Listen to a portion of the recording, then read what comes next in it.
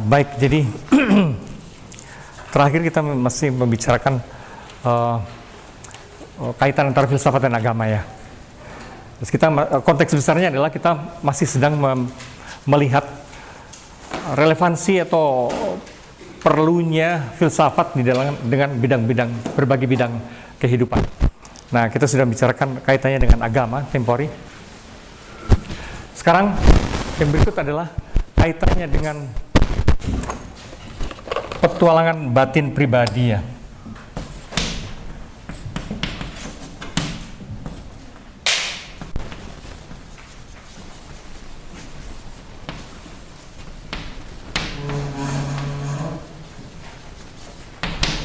Dengan petualangan batin pribadi. Karena agak dekat dengan agama itu sebetulnya.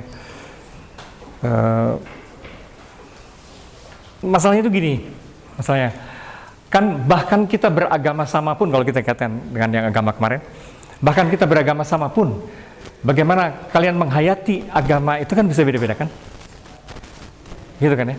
Belum lagi kalau kita bicara bahwa dalam satu agama pun ada banyak sekali cabangnya, gitu kan ya, denominasi. Kita tahu dalam Protestantisme, wah saya udah nggak bisa nyebut lagi tuh denominasinya berapa ribu tuh. Kan orang bisa bikin gereja sendiri gitu kan ya, dan saya juga nggak tahu gimana itu. Tapi dalam Islam juga ada kan mazhab-mazhab, ada Sunni, ada Syiah dan segala macam itu. Tapi hampir dalam semua agama sebetulnya ada aneka versi. Tapi bahkan dalam versi yang sama pun sebetulnya bagaimana setiap orang menghayati agamanya itu bisa sama sekali berbeda loh. Sama sekali berbeda, karena itu berkaitan erat dengan petualangan batin pribadi yang adalah soal pengalaman personal.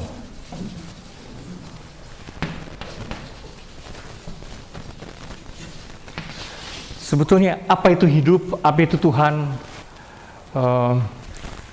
segala hal yang pokok dalam hidup kita, apa itu cinta, apa itu kerja, apa itu belajar, segala macam itu sebenarnya diam-diam, meskipun seringkali tak terumuskan, seringkali sangat implisit. Kalau dalam bahasa filsafat itu seringkali sesuatu yang tacit. Secara tacit itu terselubung, tersembunyi, tak terumuskan, implisit. Secara implisit sebetulnya kita mempunyai pendapat-pendapat sendiri. Secara tacit sebetulnya kita tahu apa itu cinta, apa itu berkeluarga, apa itu kerja, gitu kan? Apa itu studi dan segala macam, kurang lebih tahu, tapi kan nggak bisa merumuskan ya. Dan siapa itu Tuhan dan segala macam itu ya.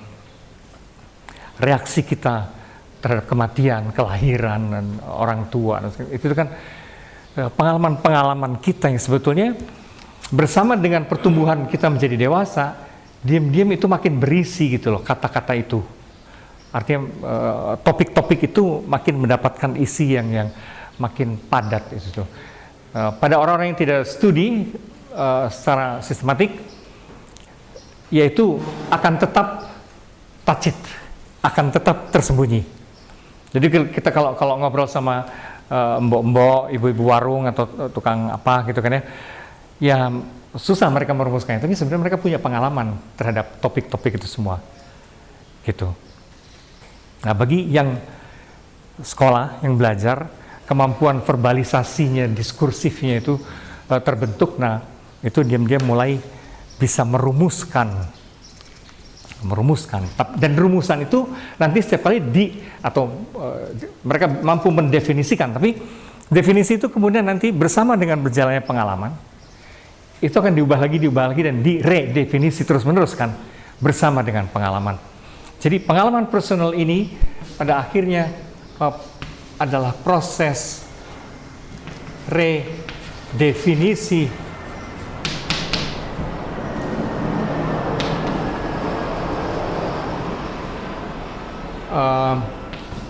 hal-hal pokok, redefinisi terus-menerus hal-hal pokok dalam hidup.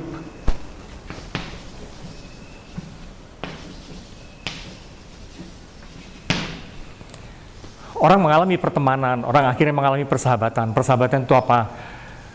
Persahabatan itu kamu bisa merumuskannya sejak SD, SMP. Tapi lama-lama isi kata persahabatan itu menjadi lebih kompleks, makin pelik gitu kan ya, makin pelik. Dan setiap kali kamu rumuskan kembali itu, apa artinya bersahabat, apalagi kemudian sudah dikhianati oleh sahabat, dan akhirnya kamu alami juga ternyata sahabat itu, teman yang paling dekat itu bisa menjadi musuh yang paling besar gitu kan ya. Nah kayak gitu-gitulah ya.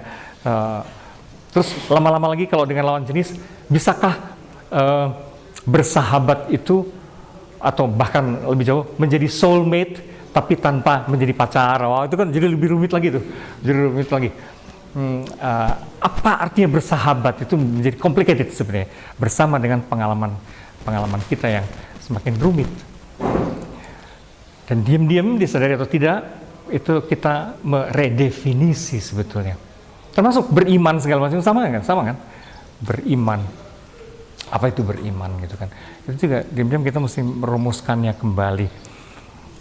Nah, dengan kata lain, pengertian kita mengenai hidup itu sesungguhnya apa, itu memang sesuatu yang berkembang terus. Itu yang saya maksud dengan petualangan pribadi. Ada orang yang seperti tadi saya cerita, bersama dengan pengalamannya, dengan sendirinya dia bertualang gitu kan ya. Tapi ada yang dengan sengaja bertualang, itu memang mencari terus gitu kan ya. Ada yang dengan sengaja memang nggak pernah berhenti, nggak pernah puas, ini mencari terus. Nah itulah para filosof sebetulnya, yang dengan sadar mencari terus. Pada banyak orang dia ngikutin aja, ngalir aja kalau kata orang Indonesia ya, ngalir kayak air saya mah katanya. Ya, itu maksudnya emang gue pikirin gitu. Jadi ngalir aja hidup dan nggak usah dipikirin. Kebanyakan orang begitu. Orang-orang filsafat justru sengaja mencari, memang bertualang gitu kan ya. Orang-orang yang tidak pernah puas dengan pandangan-pandangan konvensional. Nah biasanya pada orang-orang yang biasa, yang tidak berfilsafat, biasanya itu orang menerima saja pandangan mengenai hidup itu apa, gitu kan ya. Paling sedikit dikaitkan dengan apa yang mereka sendiri alami, tapi general atmosfernya itu ya nerima aja lah gitu ya, pandangan konvensional. Tapi umumnya sebetulnya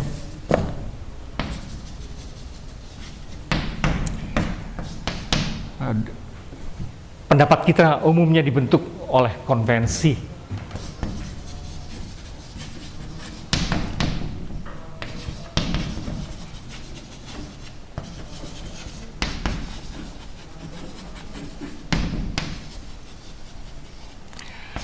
Pandangan kita biasanya dibentuk oleh konvensi umum, dan kita hampir jarang sih sebetulnya mempertanyakannya. Tempo hari kita di awal perkuliahan sudah bilang, kita terpaksa mempertanyakannya, orang biasa pun itu, kalau menghadapi situasi batas itu ya. Masih ingat situasi batas atau krisis itu. Sampai orang mengalami krisis. Orang mengalami krisis atau situasi batas. Kalau misalnya panutan yang kita jadikan model ideal ternyata gombal sekali, ternyata orang yang busuk. Nah kita, wah gimana nih gitu ya. Terpaksa kita mesti merumuskan kembali sebetulnya bagaimana ini.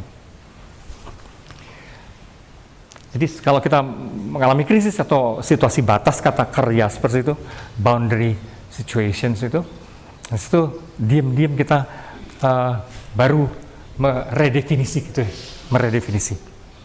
Nah sekali lagi, belajar filsafat adalah menyadari dan mencari dengan sengaja, bertualang dengan sengaja, mempertanyakan dengan sengaja, bahkan tanpa mengalami krisis apapun juga gitu ya. Dalam rangka itu, filsafat justru melahirkan krisis gitu kan ya.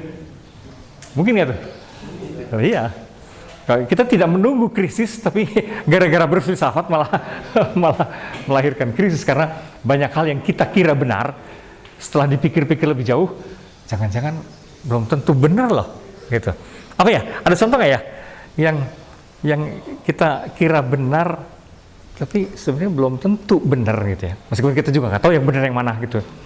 Gampangnya itu kan secara personal atau impersonal. Nah, oke. Misalnya gitu. Tuhan kita hayati biasanya sebagai sesuatu yang personal. Apalagi dalam dunia Kristiani itu sangat-sangat personal gitu kan ya. Bahkan orang suka bahkan bisa sampai bilang apa, Yesus sahabatku atau apa gitu. Gitu kan ya. Sobat dari mana gitu, so akrab gitu. Gitu kan ya. Artinya bisa gitu. Tapi kalau dipertanyakan kan Tuhan in itself misalnya gitu ya, jangan-jangan juga bukan sesuatu yang personal sih. Artinya lebih dari yang personal gitu loh. Pada dirinya sendiri, in itself. Jangan-jangan Tuhan itu bukan personal, apa? Seperti yang sudah tempo hari kita bahas, itu bisa tak terumuskan. Bisa tak terumuskan. Dibilang ada, iya. Dibilang tidak ada, iya. Dibilang satu, iya. Dibilang 1000, iya. Apa? Terserah. Kalau itu kan dibentuk oleh konvensi umum, berarti kan boleh dikatakan mematikan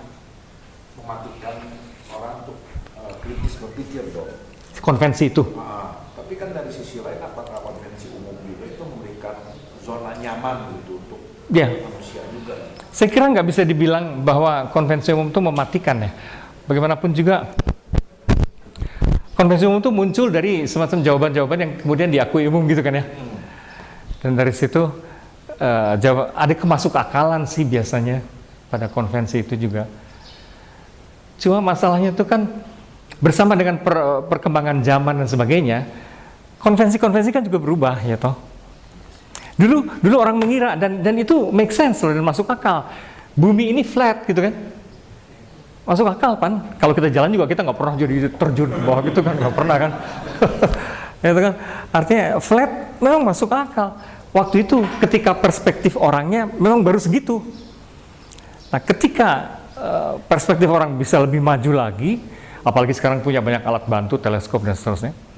Tapi dulu orang seperti Columbus misalnya memutari ternyata sampai di titik yang sama lagi, terus nemu, oh nih bulat ternyata, bumi ini bulat. Nah, orang baru ngeh. Tapi itu perspektif yang lebih luas gitu kan ya, yang dari dua-duanya benar sih sebenarnya, dari perspektif yang dari perspektif terbatas, tetap sih bumi ini flat ya. Dari perspektif yang lebih jauh, bumi ini bulat, gitu kan ya. Tapi gini, dari perspektif tertentu, bumi ini pusat masih bisa dipertanggungjawabkan nggak? Kan terus diubah. Ketika ilmu berkembang, matahari itu pusat, bukan bumi.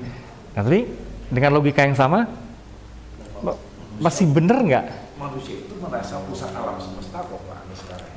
Bukan hanya merasa sih kali kayaknya, bahwa bumi ini pusat. Masalahnya kita tidak pernah punya posisi lain selain di bumi ini gitu loh. Gitu kan belum kita kecuali atau kita udah pindah ke bulan dan segala macam gitu.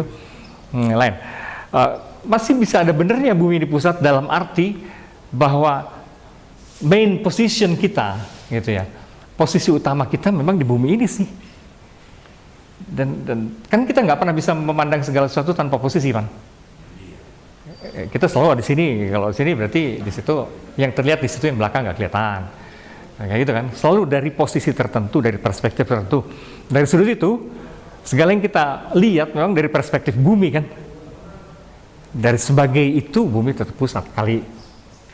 Dari sudut itu tetap benar. Tapi kalau mulai konteks pembicaraan kita tata planeter, tata surya dan sebagainya, nah kita sudah lihat yang lain di situ. Matahari pusatnya, bumi itu mengelilingi matahari, gitu. Jadi sebenarnya pada konteks-konteks tertentu, barangkali konvensi-konvensi juga nggak bisa dianggap salah kali ya. Maka persoalannya kalau dalam dunia filsafat, pada akhirnya ini juga penting. Barangkali bukan salah benar amat gitu ya, tapi mendalam atau dangkal kali gitu ya. Jangka pendek atau jangka yang lebih jauh gitu, penglihatan pendek atau penglihatan lebih jauh gitu kali, itu lebih tepatnya dunia filsafat.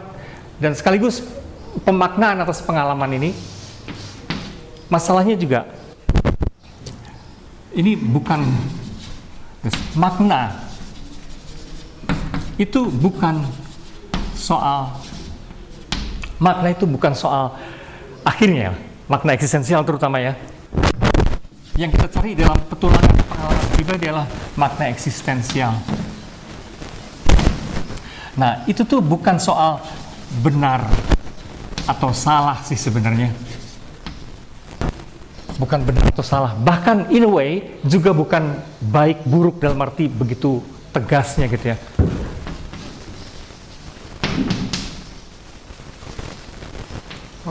Karena kita selalu bisa menjudge kultur orang lain yang apa namanya, yang berbeda sebagai buruk gitu, padahal kan belum tentu ya. Dalam kultur Jepang yang kalau memberi salam tuh saling menunduk gitu. Berpelukan dan berciuman cipika-cipiki itu terkesan buruk gitu kan ya. Kok akrab banget gitu kesannya kan, jadi enggak. Karena berjarak itu baik. Terus baik buruk, kayaknya segala sesuatu kalau kita berkaitan dengan cara hidup dan kebudayaan, sulit loh sebenarnya kita menjudge dengan sangat tegas sesuatu itu baik atau buruk. Misalnya dalam kebudayaan Jawa ada kebiasaan katanya kan berlamban-lamban kan, alon-alon, waton, kelakon gitu ya, berlamban. Ya itu kalau dalam kultur modern misalnya dianggap buruk. Tapi ketika saya ketemu orang-orang asing yang khususnya Indonesianis yang suka sekali kebudayaan Jawa, mereka bilang oh enggak, itu bukan buruk, itu justru kearifan lokal yang penting, itu menunjukkan kesabaran. Nah itu kan lainnya, alon-alon itu kesabaran gitu kan, itu jadi positif di situ. Sebenarnya hampir segala hal bisa dibalik-balik loh. Kalau baik buruk itu bisa positif negatif loh. Segala kebiasaan bisa, misalnya bahkan mengayo nih, memotong kepala. Itu dia kalau menurut etik yang lebih advance barangkali disebut seakan-akan itu buruk ya. Tapi kalau dilihat dari rasionalitas yang lain, bahwa itu adalah cara mengembalikan keseimbangan kosmik, jadi lain loh. Urusannya bukan balas dendam, tapi itu adalah upaya mengembalikan. Nah kalau dilihat sebagai balas dendam, apalagi dalam agama besar, balas dendam kurang bernilai dibanding memaafkan gitu kan ya. Nah, memaafkan dalam agama besar itu lebih tinggi nilainya. Tapi kalau dilihat bahwa bukan balas dendamnya poinnya dalam mengayo itu adalah membuat keseimbangan baru, tata semesta yang baru, keseimbangan yang baru. Itu kan jadi lain ya. Seperti jadi positif juga gitu. Kanibal juga Pak, setahu saya suku-suku terbelakang itu mereka makan daging orang itu untuk menyatukan jiwanya sih. Ya seperti orang di Papua, kalau tidur di ininya, di tengkorak lawannya itu kan seperti ada ruh yang menyatu. Ya ada, maksudnya hampir setiap kebudayaan sebetulnya mempunyai rasionalitas tertentu yang kalau kita ikutin agak sulit buat kita untuk membuat penilaian ketat gitu kan ya, baik buruk. Jadi benar salah baik buruk barangkali bukan itu, tapi mendalam atau dangkal kali gitu lebih relevan.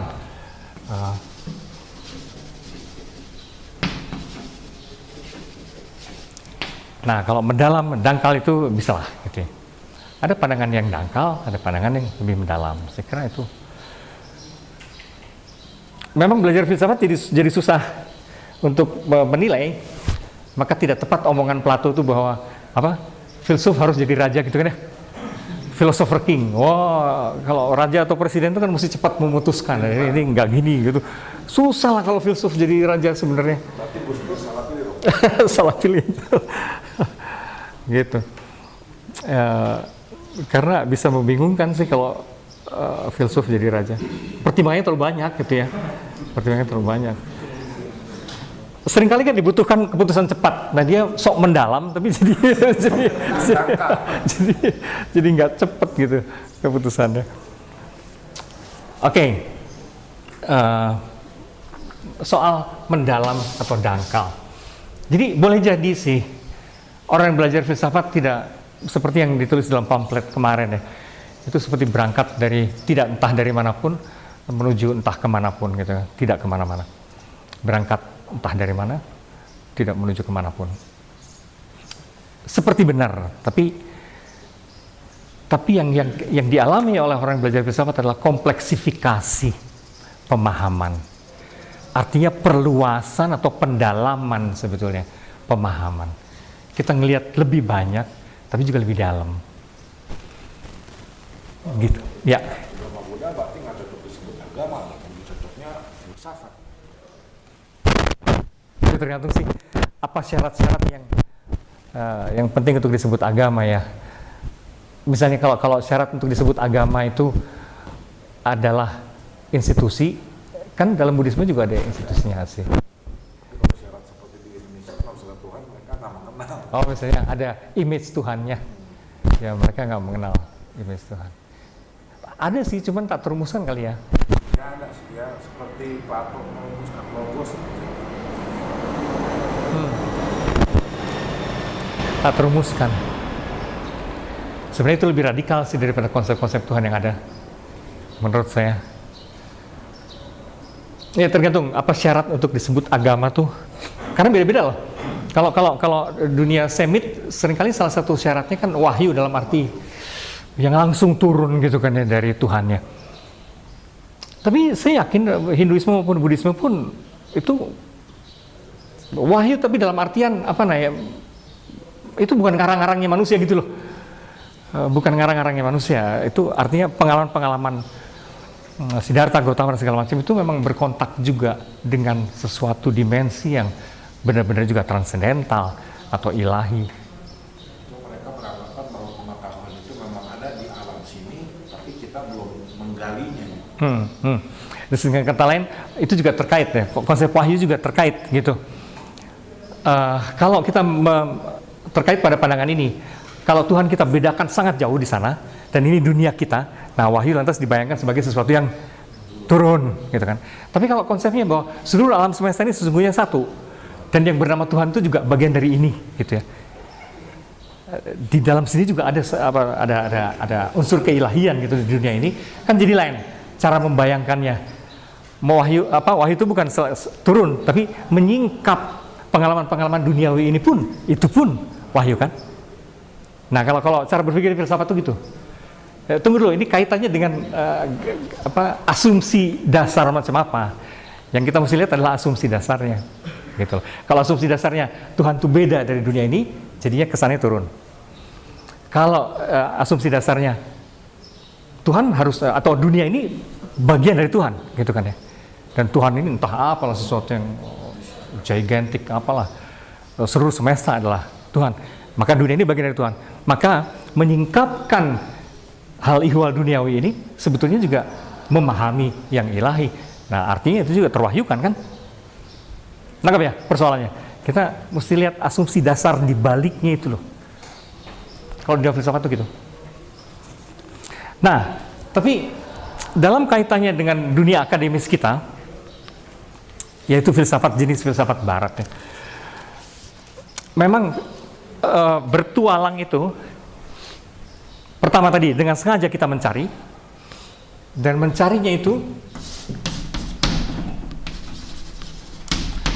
mencari dan mempertanyakan hal-hal pokok tadi disengaja, tidak menunggu krisis, dan itu mencarinya melalui literatur juga. Ini aspek penting dalam dunia akademis filsafat, melalui literatur.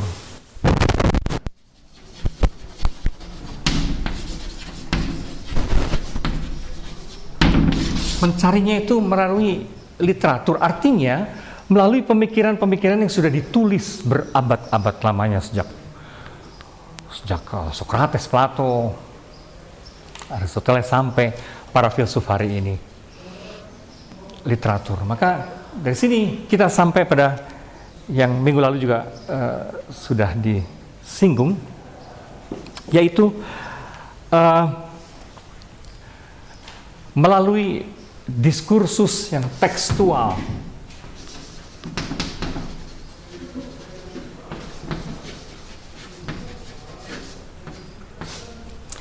Ini agak khas filsafat barat, meskipun sebenarnya di India juga ada sih. Literatur itu tetap penting. Tapi kuat sekali dalam tradisi filsafat akademis barat, pencarian itu memang melalui literatur, melalui diskursus tekstual. Artinya syarat penting dalam pencarian itu adalah membaca. Saya akan tambahin lagi, kemarin kita sudah lihat membaca itu apa pentingnya.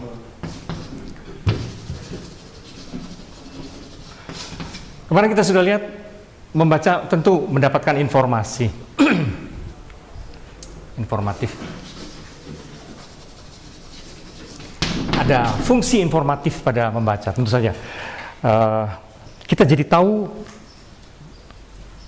ide-ide atau isi pikiran para filsuf itu yang seringkali yang kita tidak duga aspek informatif. Tapi kita juga sudah lihat ada aspek formatif.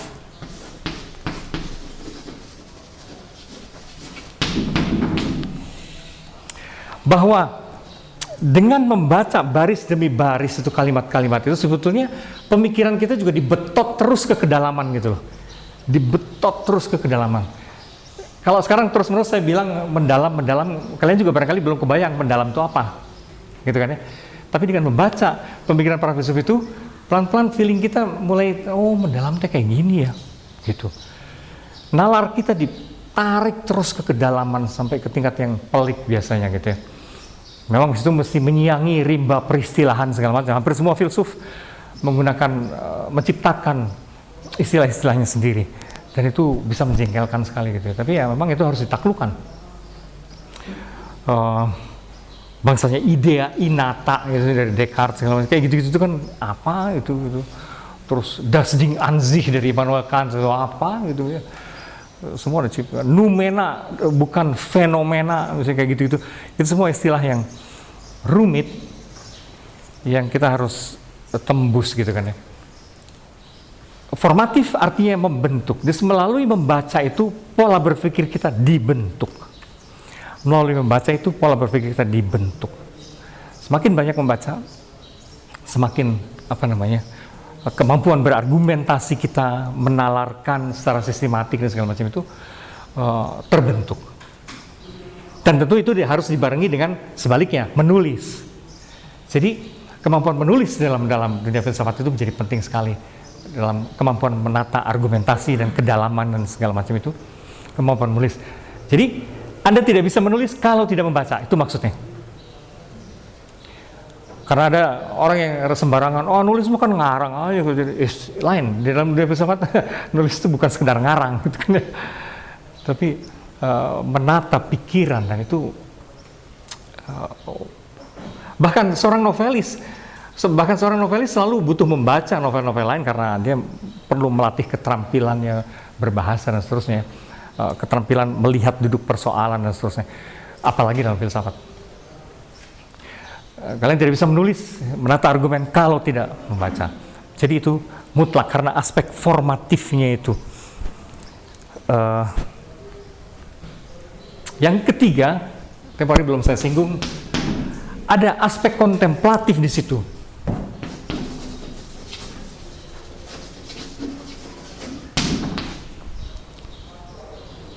Ada kaitannya dengan unsur formatif. Kontemplatif artinya, kalau membaca itu kan jarang rame-rame dong, ya kan? Membaca itu aktivitas solo, sendiri, dan bagaimanapun Anda dipaksa berhadapan dengan diri Anda sendiri melalui buku. Jadi buku itu memaksa Anda berhadapan dengan pikiran Anda sendiri pada akhirnya. Terus akhirnya tulisan-tulisan di buku itu hanyalah cara Anda dibimbing ke Anda sendiri. Cara Anda menemukan pikiran Anda sendiri, sebetulnya begitu.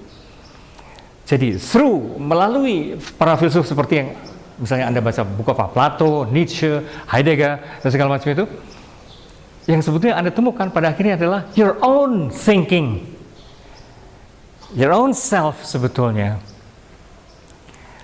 Idealnya gitu, meskipun banyak orang yang berhenti di bacanya itu menjadi ahli Heidegger saja, menjadi ahli betul-betul hanya menjadi kayak corong Heidegger saja atau corong Plato saja. Sebenarnya saya kira harusnya lebih lanjut ya, bahwa orang menemukan melalui Plato, Heidegger dan segala macam itu pemikirannya sendiri. Itu aspek kontemplatif. You find yourself through other philosophers gitu. Jadi penemuan diri itu. Saya tuh suka gini ya. Bedanya gini, kebiasaan membaca itu dalam budaya-budaya yang baca tulisnya sudah sangat kuat seperti di dunia barat ataupun Jepang adalah individu, kelihatan sekali individunya juga kuat-kuat. Pikirannya itu wah nggak klise gitu loh. Selalu setiap individu itu punya pendapatnya sendiri.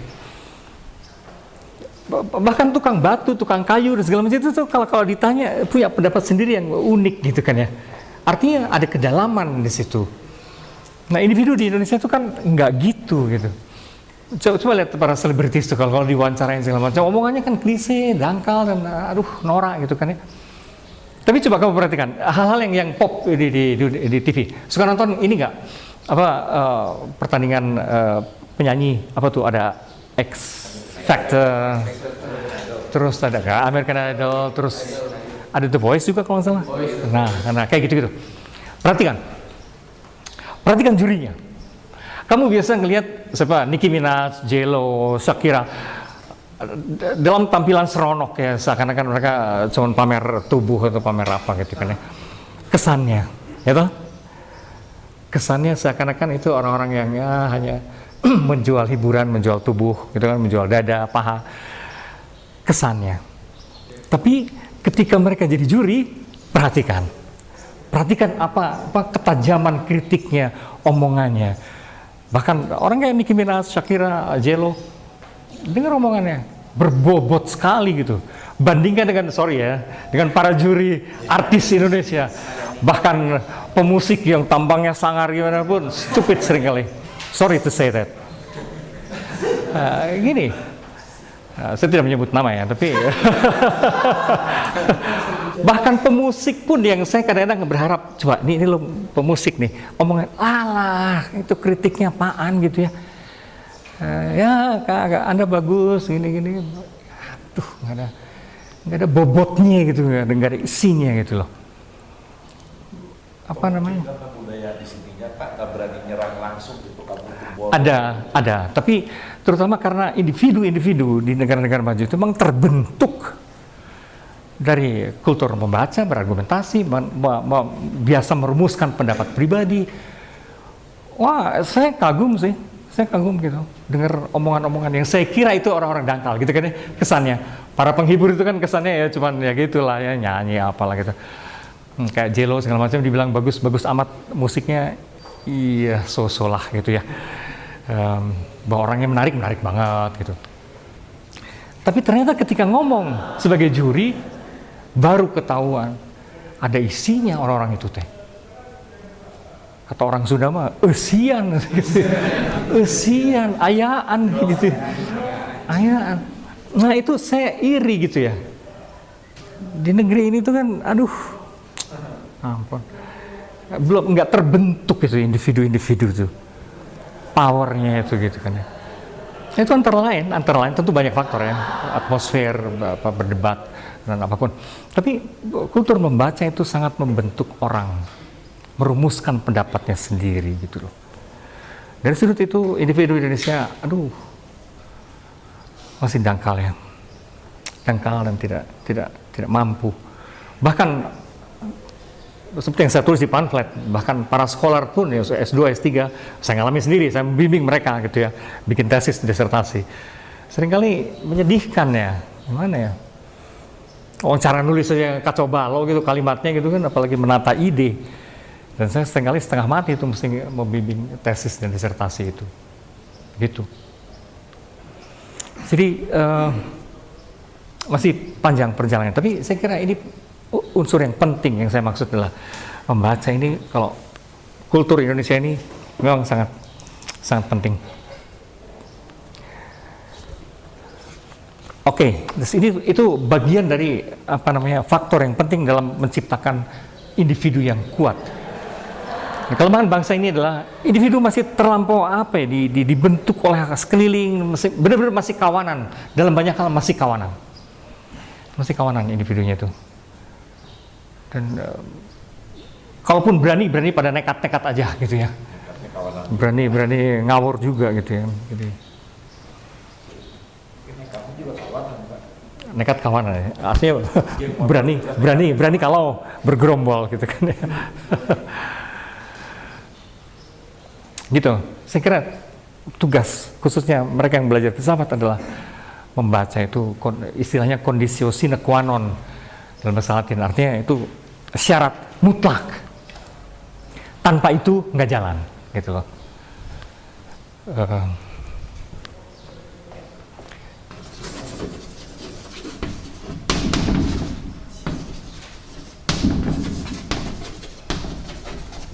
Tanpa itu nggak jalan, tanpa kemampuan membaca itu nggak jalan.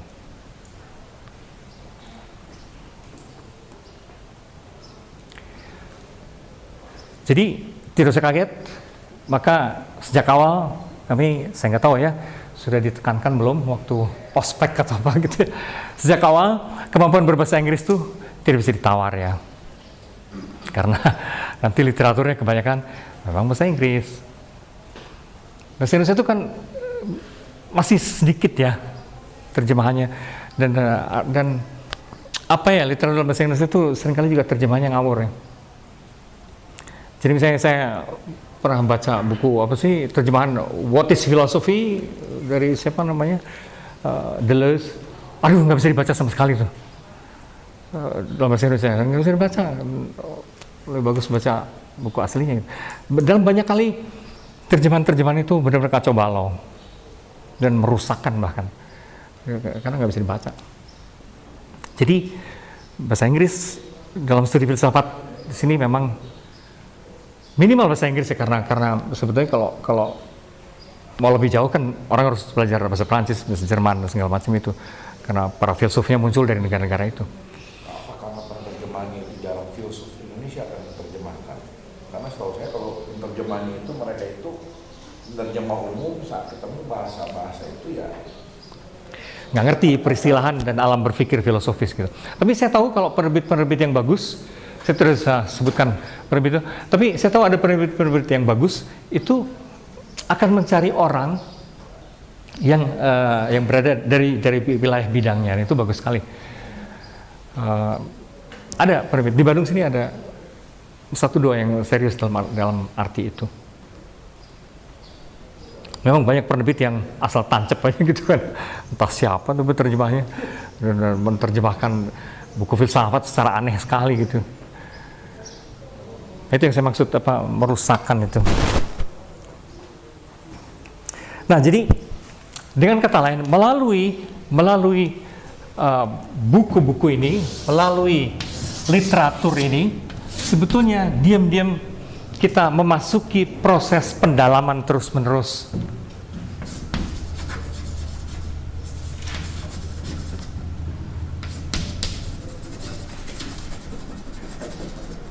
Proses pendalaman visi hidup, pendalaman sekaligus pembentukan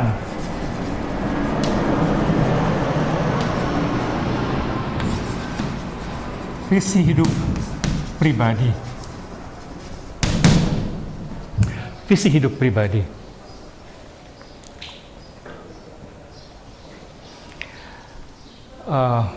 Begitu, akhirnya kita menemukan diri dan dibimbing untuk merumuskan sendiri sebetulnya.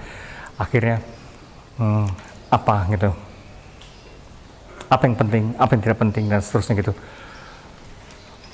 Apa yang kita cari sebenarnya dalam hidup ini, itu kan, itu apa yang kita cari, apa yang sebetulnya Anda kehendaki gitu. Kan seringkali itu nggak jelas ya, karena mengalir gitu, jadi ya mengalir aja gitu. Tapi akhirnya kita kalau lewat filsafat itu kan dirumuskan, terus hidup itu apa gitu kan. Kalau kita ngalir aja, kita pikir misalnya hidup itu mencapai sukses, dan sukses itu gampang, kedudukan yang tinggi, duit banyak gitu kan, sukses. Tapi apa betul itu sukses? Apa betul itu yang kita maui? Jangan-jangan misalnya bukan hidup sukses, tapi hidup yang bermakna, seperti yang saya bilang dalam pamflet ya. Hidup yang bermakna itu bisa lain. Orang bisa tampak tidak kaya, bermakna, gitu. Para pekerja sosial segala macam itu tuh bermakna loh, tapi belum tentu kaya kan. Malah biasanya nggak kaya sih, gitu kan. Namanya juga kerja sosial, tapi bermakna. Nah, sukses atau bermakna misalnya seperti itu kan salah satu kemungkinan.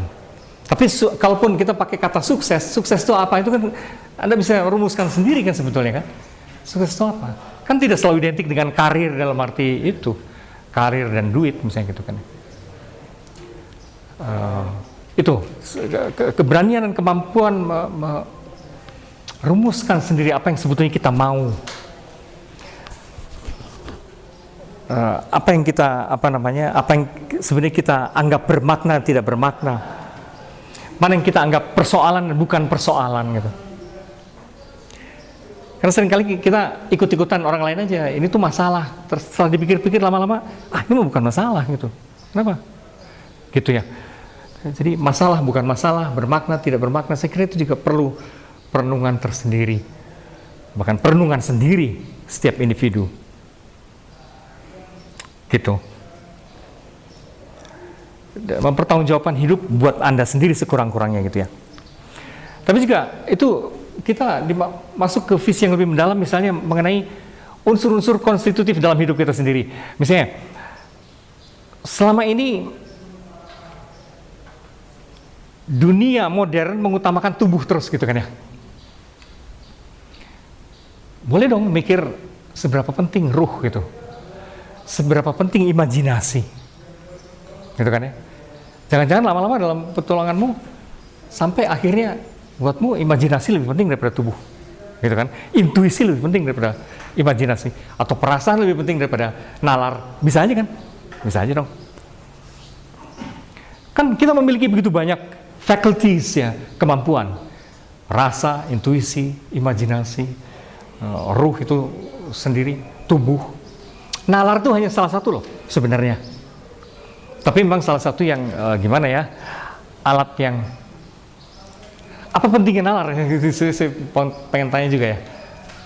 Kita punya begitu banyak faculties, kemampuan, tapi kenapa nalar menjadi istimewa sekali ya? Khususnya dalam dunia filsafat ini, karena standarnya nalar. Kenapa ya? Dibanding intuisi, imajinasi. Coba sekarang kalian berfilsafat sendiri. Ya berpikir dan merasa, emangnya merasa lebih rendah ya?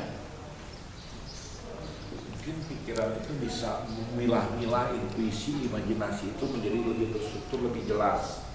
Kalau intuisi aja spontanitas yang timbul tanpa ada penjelasan, nalar itu bisa membantu penjelasan intuisinya itu, dan imajinasi bisa digambarkan atau diperjelas oleh nalar itu sendiri. Jadi nalar dengan intuisi juga harus berjalan beriringan, sehingga imajinasi pun lebih bisa berkembang, tidak mati pada satu. Saya kira kejelasan itu memang salah satu kekuatan nalar. Kejelasan, karena nalar sangat erat dibantu oleh verbal. Berpikir itu kan verbal, berpikir itu kan menggunakan bahasa ya. Dan pada titik itu memang sih ada kelebihan nalar dibanding dengan imajinasi, kejelasan. Kejelasan konseptual itu loh. Kejelasan konseptual itu. Maka memang bukan yang paling benar kali ya, tapi yang paling jelas kali, terutama dalam posisi horizontal. Kalau kita ngobrol sama orang lain, kalau kita berhubungan sama orang lain, nah kejelasan horizontal ini, saya bisa menjelaskannya ke orang lain. Saya kira itu dibanding intuisi atau imajinasi, meskipun imajinasi kadang-kadang juga membantu kejelasan. Saya seringkali menggunakan metafor kan di sini kan, menggunakan analogi, itu tuh imajinasi loh. Tapi betul, secara garis besar saya kira salah satu kekuatan nalar konseptual, verbal, atau diskursif kalau mau lebih ini lagi, yang diperkatakan maksudnya gitu, penalaran yang diperkatakan, diverbalisasi, itu maksudnya diskursif, didiskursuskan gitu maksudnya, dipercakapkan dan ditulis lebih jauh lagi. Itu kekuatannya pada kejelasannya memang. Pada apanya lagi ya selain kejelasan? Intuisi kan bisa kita seperti tahu, tapi kan kita nggak bisa menjelaskan gitu, gimana gitu. Perasaan juga seringkali sangat emosional ya, sampai juga sulit itu medan yang lain untuk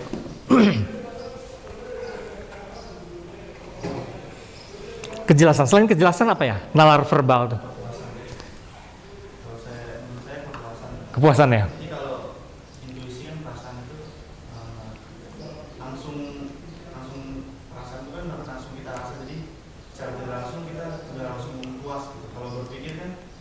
Masih ada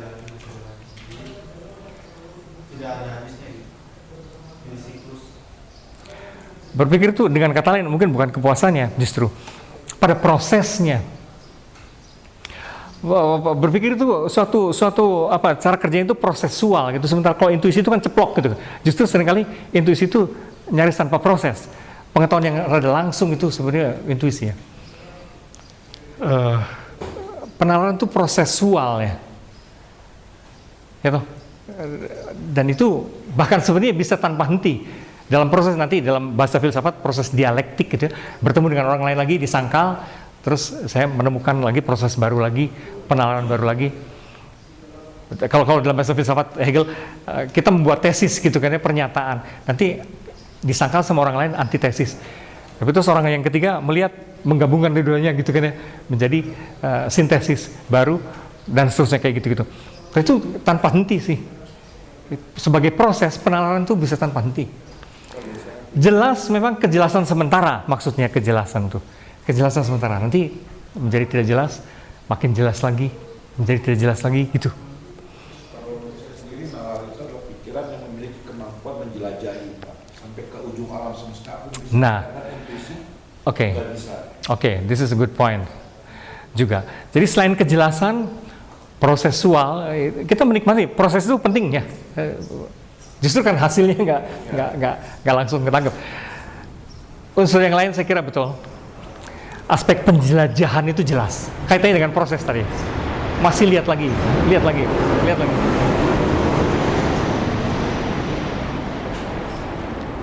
Tentu perasaan juga bisa berkembang, tapi perasaan itu seringkali sulit dirumuskan masalahnya gitu kan ya. Ini kejelasan tadi. Kalau konsep tuh jelas gitu, terumuskan.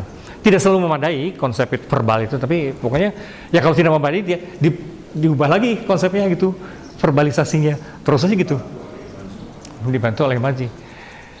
Tapi tetap ada soal kejelasan, ada proses yang bisa kita nikmati, tapi juga penjelajahan itu menarik.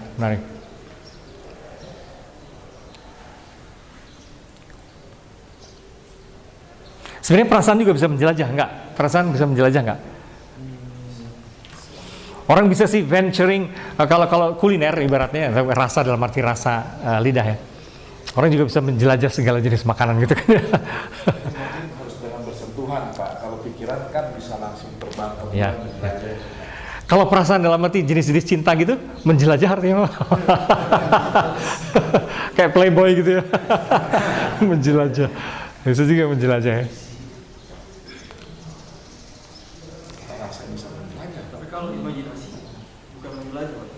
Sebenarnya imajinasi itu penjelajahannya luar biasa. Maka di dunia seni penjelajahan imajinasi, cuman memang tidak memiliki kejelasan makna tunggal seperti yang di dalam cara berpikir nalar ya. Nalar itu menggunakan konsep, dan konsep itu penunggalan makna. Kalau imajinasi itu justru seringkali pengaburan sih. Pengaburan image kan, image itu maknanya bisa banyak sih ya.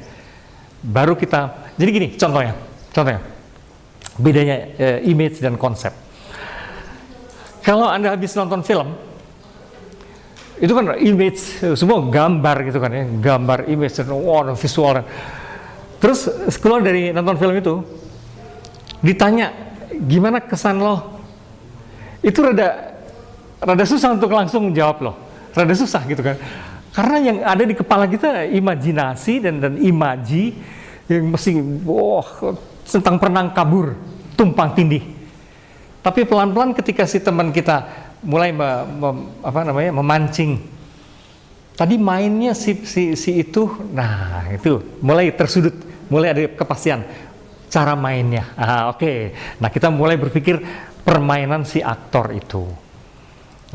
Tapi juga tentang gimana permainan si aktor tadi, keren sih, bahasa umumnya gitu, keren. Tapi si itu teman kamu mulai bilang, kok bisa ya dia menghayati sakit jiwa begitu dalamnya, begitu peliknya gitu. Oke, sakit jiwa. Nah, mulai nalar kita terbimbing ke konsep sakit jiwa, penghayatan. Nah, itu kan mulai terdistingsi gitu ya.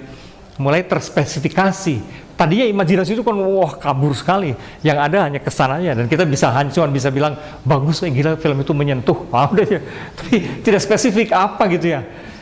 ketika kita wacanakan melalui nalar, baru menjadi jelas apanya secara lebih spesifik. Terus makna itu mulai dibatasi, makna mulai disempitkan dan dibatasi. Kalau menggunakan nalar konseptual tuh. Dan itu yang membantu kejelasan.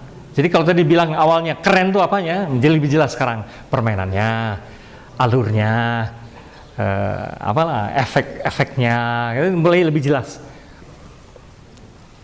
Dalam arti itu kejelasan. Memang penalaran itu kejelasan. Jadi imajinasi memang juga bisa bertualang, betul. Itu kerjaan para seniman gitu. Cuman kan seringkali juga tidak komunikatif, hasil karya seni dan sebagainya. Kita nanti akan pelajari dalam estetika. Tidak selalu komunikatif, dan artinya bahkan terbuka sekali bisa ditafsirkan sebagai apapun ya. Sebuah karya bisa ditafsirkan sebagai apapun. Kerjaan para kritikus, para penafsir, nah itu yang mempersempit, membuat makna itu menjadi lebih jelas. Seringkali sampai si seniman sendiri bisa kaget gitu kan ya. Karena dia tidak memaksudkan ini itu gitu kan ya, seperti yang diceritain para penulis itu di koran atau apa gitu ya. Dia sendiri heran kali, oh gitu ya makna karya gue tuh. Gitu kan. Dia sendiri nggak terlalu gitu. Bisa itu. Oke, ada komentar lagi berkaitan dengan ini? Karena sebetulnya masalahnya tuh itu. Salah satu masalah penting memang itu. Kita punya begitu banyak kemampuan, tapi kenapa kok yang digenjot terus tuh penalaran gitu ya? Penalaran pun penalaran verbal, tertulis beginian. Kenapa itu? Ya, diverifikasi, dianalisis. Sebab kalau kita hanya ngobrol begitu tidak ditulis, ya memang berterbangan juga sih gitu kan ya. Orang nggak bisa. Kalau ditulis, orang bisa menganalisis secara lebih dalam. Ini kalimat ngaco nih, pernyataan-pernyataan yang ngaco dan tidak logis, bahasa gitu kan. Maka kemampuan analisis kita juga dipertajam dengan cara itu. Kekuatan yang tertulis itu. Ada komentar, pertanyaan dulu sekitar sini? Ya, ujung-ujungnya akhirnya hidup tuh mengapain kita? Nah, kalau filsafat kan akhirnya gitu. Hidup tuh mengapain? Ini ada artinya, tidak ada artinya gitu. Kenapa Anda nggak bunuh diri aja kalau gitu kan ya? Misalnya gitu kan ya.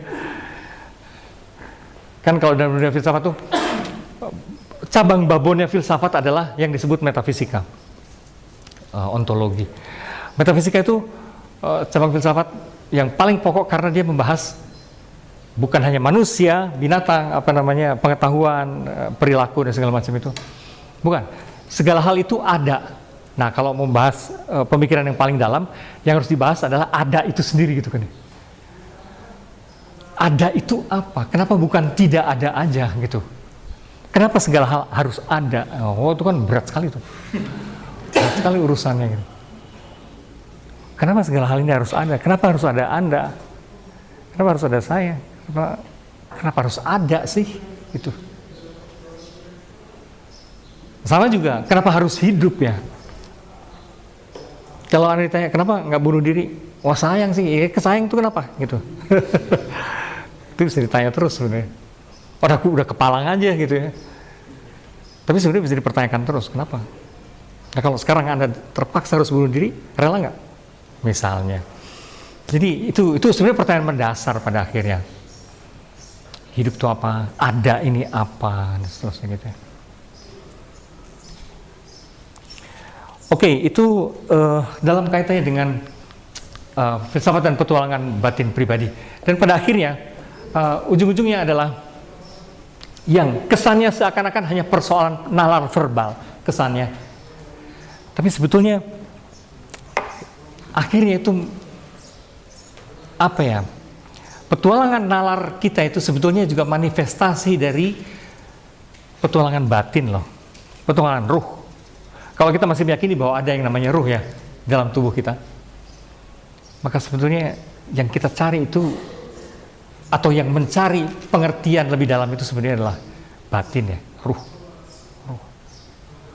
Nalar itu hanya sarananya, caranya. Sebetulnya yang kita cari bagaimanapun adalah kepuasan batin juga. Pada titik itu, filsafat sebetulnya berbobot spiritual juga. Filsafat itu berbobot spiritual.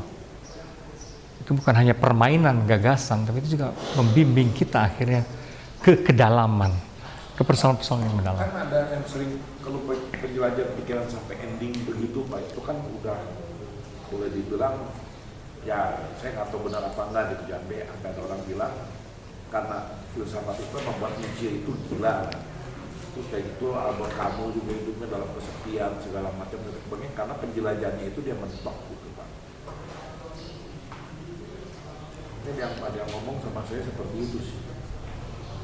Nah memang ya kalau saya di ceritanya Nietzsche itu kan agak gila gitu Pak itu. Saya kira filsuf-filsuf yang diklaim sebagai gila memang sudah sejak awal punya kecenderungan itu gitu loh. Bukan karena filsafat. Mereka berfilsafat karena memang sudah punya kecenderungan itu. Dan juga gini ya, kalau di kalangan para filsuf itu benar kata Socrates segala macam itu, hasil akhir itu barangkali tidak terlalu penting-penting amat sih sebenarnya. Jadi apakah mereka menemukan sesuatu? Mereka kan terus mencari sih. Proses pencarian ini sendiri mereka nikmati gitu. Jadi saya kok nggak yakin ya orang merasa mentok and then get frustrated dari situ gitu.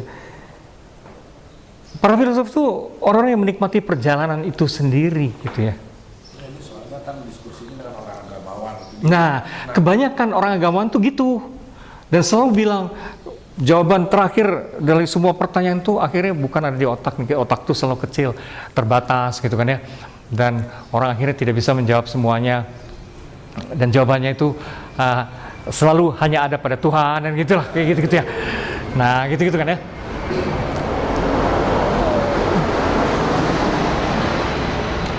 Tapi gini loh, untuk para filsuf besar, omongan kayak gitu tuh cemen pisan gitu ya. Artinya sejak awal juga mereka tahu itu gitu ya. Dan mereka juga dicekokin itu dari sejak kecil gitu loh. Kesannya tuh seakan-akan mereka tidak tahu itu gitu loh. Itu seperti kita semua juga, mereka juga tahu itu. Tapi justru itu omongan yang terlalu sederhana untuk mereka ini. Ya, saya juga terus terang ketawa pada jawaban. Cuma dijawabinnya itu yang memang saya juga bingung gitu. Karena yang disebut itu memang kenyataannya hidupnya ya tragis gitu. Kenyataannya, tapi orang bisa tragis karena apapun sih sebenarnya. Orang bisa jadi orang cinta bisa bikin orang jadi gila dan apa namanya. Oh, jangan lupa agama bisa bikin orang jadi gila ya. Oh, apapun bisa bikin orang jadi gila. Bisnis bisa bikin orang jadi gila. Politik, temporary caleg-caleg yang gagal tuh semua juga jadi gila dong. Nah, saya kira gitu. Jadi gini loh. Umumnya filsafat itu, para filsuf itu juga tahu, karena itu omongan-omongan konvensional yang sudah inilah ya, bahwa jawaban terakhir itu hanya ada pada Tuhan. They know very well. From the beginning mereka juga tahu itu gitu ya. Tapi gini loh, kita tuh nggak bisa ala orang-orang yang terlampau sederhana yang misalnya, sekarang sebutnya gini, orang seperti Freud itu menyangkal Tuhan dan dia bilang apa namanya, agama itu sumber sakit jiwa dan segala macam gitu ya. Nah, terus bayangkanlah gini, seandainya saja tidak terjadi. Tapi seandainya saja orang seperti Freud atau Stephen Hawking, sebutlah kayak gitu, at the end of the day, at the end of their lives, itu akhirnya mereka bilang ternyata ada Tuhan gitu kan ya. Nah, karena orang sederhana tuh bilang, tuh kan ujungnya ke situ doang gitu kan ya. Repot-repot, muter-muter, akhirnya ada Tuhan juga kan tuh. Tapi gini men, ini ada sesuatu yang beda loh. Pernyataan itu bunyinya sama. Sebenarnya ada Tuhan gitu. Tapi kalau itu muncul dari mulut Stephen Hawking, Freud atau Nietzsche, itu isinya tebel banget gitu loh. Dan isinya tuh rumit sekali gitu loh. Dibanding orang-orang sederhana, ibu-ibu warung atau apa, dari dulu juga ada Tuhan gitu. Lain gitu ya. Lain rutenya gitu ya. Lain. Sama dengan orang-orang yang orang yang tidak pernah kemana-mana dan bilang secara narsis gitu, Indonesia tuh indah, kaya raya, susu dan madu, bla bla bla, gitu kan ya. Satu hal, ada orang yang sudah keliling dunia dan tinggal di tempat lain dan seterusnya, and then eventually balik ke Indonesia, dan akhirnya dia menemukan, gila Indonesia itu memang keren mampus, itu ini keren banget nih, indah. Tahu nggak, bobotnya beda sekali itu isinya beda sekali dan jauh lebih tebal yang sudah keliling itu gitu loh, daripada yang narsis tadi gitu kan ya. Itu tipis itu gitu ya. Nah, persoalannya, tampangnya bisa sama apa pernyataannya, tapi isinya tuh waduh, bisa jauh lebih tebal dong. Gitu loh. Kita dengan kata lain itu orang yang ngomong ada yang paling gampang di R-nya itu ada Tuhan itu, dia nggak pernah melalui penjelajahan. Ya itu. Boleh dibilang itu orang malas gitu. Yang cuma duduk terima hasil manis. Gitu. Iya, kan beda sekali lah orang yang sudah menjelajah dan jatuh bangun gitu kan, akhirnya sampai pada pernyataan yang sama ujungnya.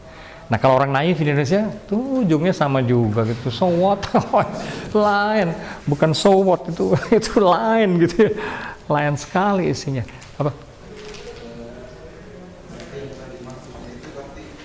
Bisa menyatakan sebagai bisa menjadi gila itu penghayatan orang itu dalam proses pencariannya atau dan akhirnya dia kembali lagi ke umumnya, orang-orang pada umumnya bahwa itu kan kembali lagi ke situ waktu dalam konteks penghayatannya. Nggak jelas buat saya. Maksudnya kegilaan itu karena prosesnya atau karena atau apanya?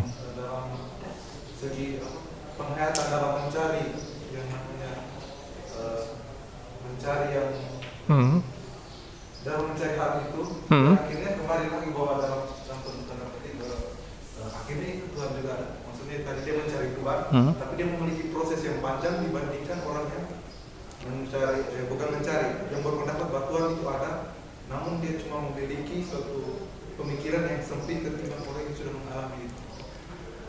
Nah maka kata ya harus dipahami dulu apa yang dimaksud dengan gila sih sebenarnya.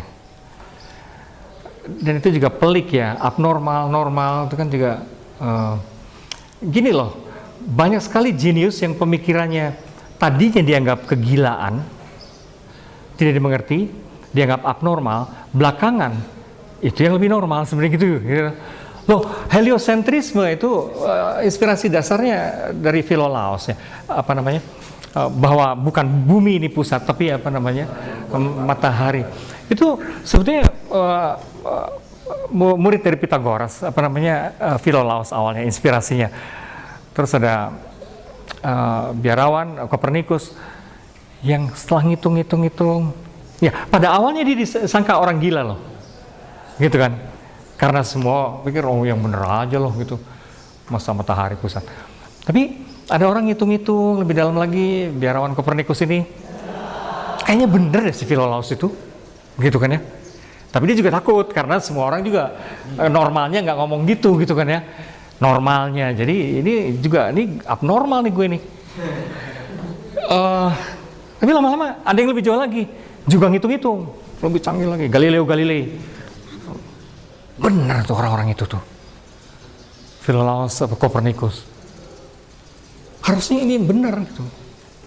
Tapi takut gitu ya, takut sama gereja segala macam gitu. Atau sampai akhirnya itu berpeluang untuk menjadi publik pendapat itu, dan akhirnya diterima. Dan sekarang orang tidak meragukan itu lagi gitu kan ya. Jadi yang normal dan tidak normal itu yang mana sebenarnya? Jadi itu kan seringkali gila dan normal itu kan juga tidak jelas apa yang dimaksud dengan gila secara klinis gitu kan ya. Ada macam-macam sih. Kalau kegilaan itu maksudnya berbeda dari kenormalan itu hati-hati, karena kenormalan itu sendiri bisa problematis, dan banyak sekali jenius yang abnormal dari sudut itu alias gila awalnya dianggap gila, tapi di kemudian hari justru itu dianggap waras gitu. Tapi pendiri agama juga saya rasa juga ya, gila, ya pemimpin apa istilahnya, pencetus pendiri agama kan awalnya juga disebut gila kalau dari kacamata mainstream agama sebelumnya gitu. Jadi itu juga licin kata gila itu apa dari sudut itu, kita nggak tahu karena seringkali rumusan kenormalan itu sendiri bisa berubah. Tapi Gila dalam arti klinis memang jadi lain lagi. Kalau gila dalam arti sakit jiwa kebetulan itu bisa sih, artinya orang tidak, misalnya sekurang-kurangnya orang tidak lagi bisa membedakan mana realitas mana ilusi. Nah ini orang yang mengidap delusion gitu kan ya, delusion. Jadi dalam imajinasinya tuh ada orang yang terus-menerus mau merusakkan dia gitu kan ya. Jadi setiap orang yang ditemui itu ancaman dan seterusnya, sehingga dia menjadi paranoid sekali, curiga pada setiap orang dan seterusnya. Itu kesulitan membedakan mana realitas yang nyata, mana realitas yang dibayangkannya. Nah itu penyakit itu sih bisa karena macam-macam ya, tidak harus karena filsafat ya. Penyakit itu, itu depresi berlebihan bisa kayak gitu, bisa juga keturunan loh. Bisa juga, apapun bisa bikin orang jadi kayak gitu kalau kegilaan klinis itu. Dan bahwa ada pemikir-pemikir atau filosof yang merupakan percampuran antara itu, satu pihak secara klinis pun memang rada tidak waras gitu, tapi juga dalam pemikiran dia kurang bisa dimengerti orang lain, tampak tidak normal ya. Bisa aja sih orang mengidap dua-duanya itu gitu ya, bisa aja. Tapi sekali lagi kalau sumber kegilaan klinis bisa apapun. Bisa apa-apa. Lalu bagaimana peran filsafat ke pengalaman mistik? Iya, jadi gini ya. Kalau kata para mistikus ya, pada akhirnya tuh kalau orang mau mencari hal yang lebih mendalam, yang hakiki, itu ujung-ujungnya kalau menurut mereka memang adalah memasuki ranah transendental, ilahi atau apapun gitu kan ya. Dan itu urusannya memang bukan lagi, tidak bisa hanya melalui penalaran verbal, diskursif. Memang tidak bisa.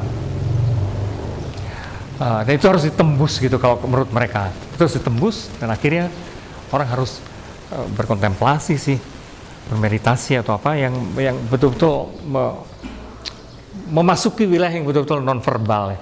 Itu sebabnya di dalam Zen Buddhism orang untuk mencapai satori seperti itu apa namanya, pencerahan mencapai dunia rada ilahi kayak gitu tuh, itu ya dia juga harus mengalami dulu relatifnya penalaran diskursif ini. Dan salah satu caranya menggunakan koan tuh kayak teka-teki, koan.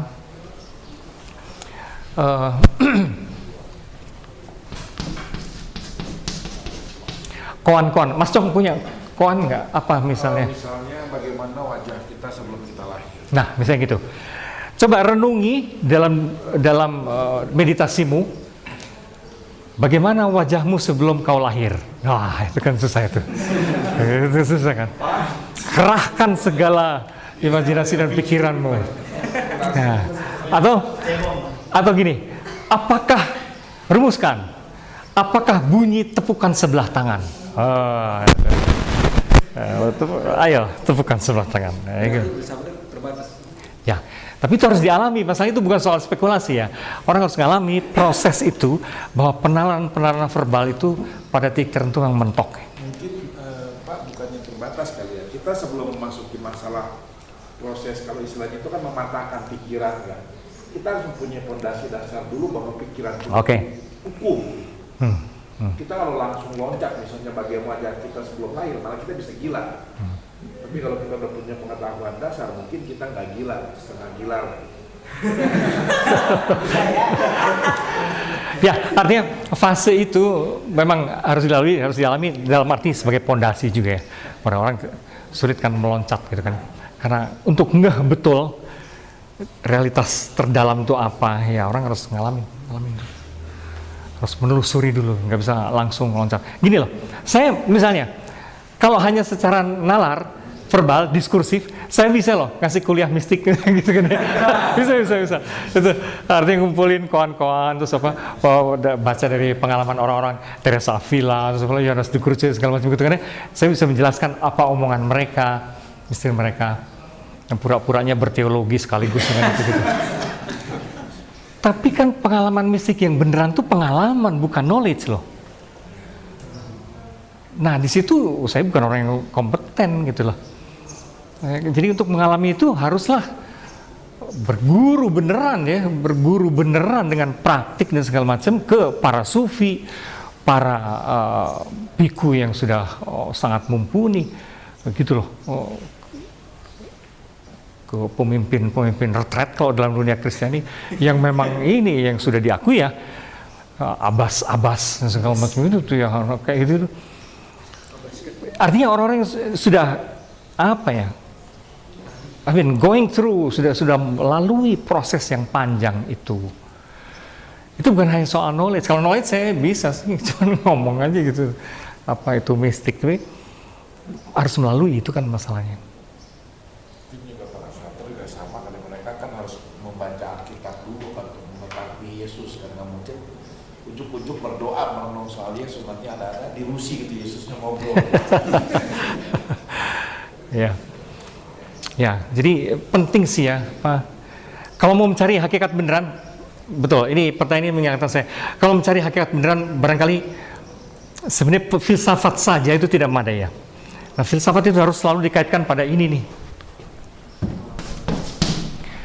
Itu penting ya. Filsafat itu, pengalaman itu jauh lebih luas daripada filsafat yang kamu baca dong, gitu loh.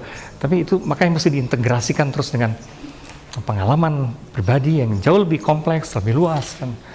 Kayak gitu-gitu. Nah, kalau melalui cara itu memang akan sampai bisa sampai ke hal-hal yang lebih mendalam. Dengan kata lain, melalui cara itu bisa sampai ke ranah-ranah yang memang spiritual. Bisa. Karena saya meyakini ya bagaimanapun wilayah terdalam dalam diri kita tuh bagaimanapun wilayah rohani itu ya. Artinya saya bukan Stephen Hawking, saya bukan Richard Dawkins yang tidak mengaku itu. Semua itu hanya urusan hormon lah, urusan dopamin, serotonin, apa namanya, semua tidak ada roh itu. Buat saya kok maksa ya itu ya. Buat saya tetap ada wilayah yang disebut rohani yang bagi kita masih misterius itu. Apa yang mengatasi nalar, mengatasi tubuh ya. Buat saya itu jauh lebih masuk akal daripada omongan-omongan para pemikir materialis keras yang untuk saya rada maksa gitu ya.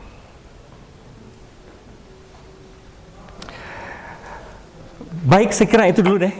Itu dulu, nanti kita loncat ke tema berikut lagi.